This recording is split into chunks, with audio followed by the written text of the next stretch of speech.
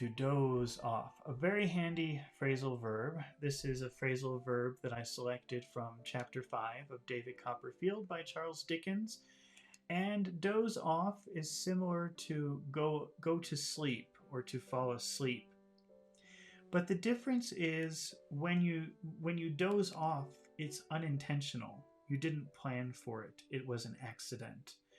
So a lot of times it happens in situations when you're not supposed to sleep.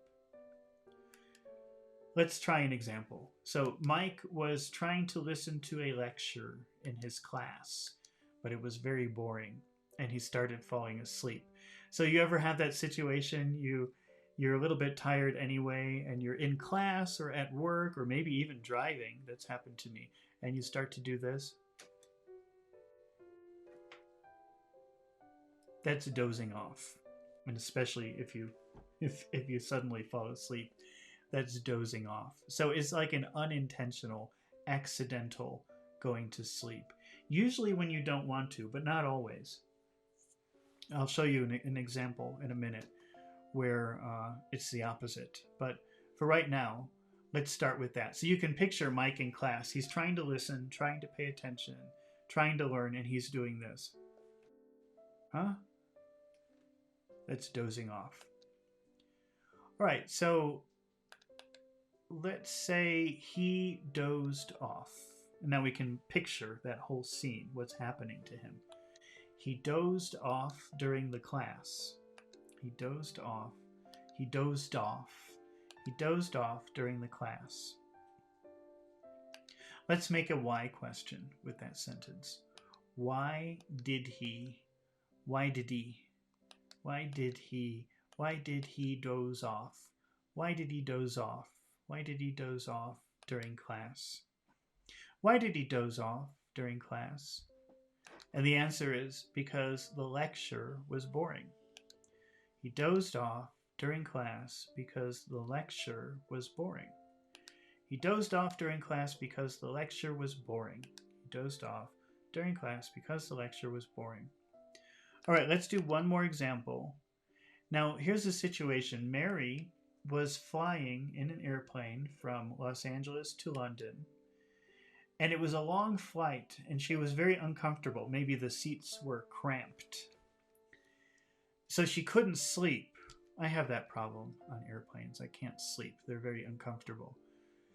But at some point, it happened by accident. She wasn't trying anymore. You ever do that? You're on the plane. Oh, this is horrible. I'm so uncomfortable. But after you stop trying and you start watching a movie or reading a book, and suddenly it just happens by accident. You're not trying anymore. So we can say she dozed off during the flight. She wasn't intending to go to sleep anymore. She gave up, but she dozed off during the flight. Let's make a when question with that sentence. When did she doze off? When did she doze off during the flight? And here's the answer. After she started reading a book. So first she's trying, I'm trying to sleep. And then she says, forget it. This is too uncomfortable. So she starts to read a book. And as she's reading the book, it starts happening. So she dozed off during the flight after she started reading a book. She dozed off during the flight after she started reading a book. Reading a book. She dozed off during the flight after she started reading a book. All right. Well, I hope you enjoyed these 16 vocabulary words that I lifted from Chapter 5 of David Copperfield. Thank you for watching. I had a couple people watching the entire time. That's great. And I think later on tonight I will be reading Chapter 6.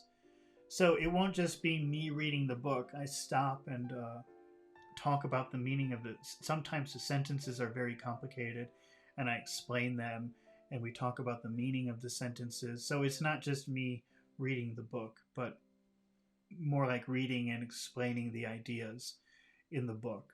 And then later on I take some of those words and make these exercises. So thank you for watching, and I hope that you watch again, and I will be cutting these up into little exercises and putting them on my channel. And I'll see you later. Goodbye.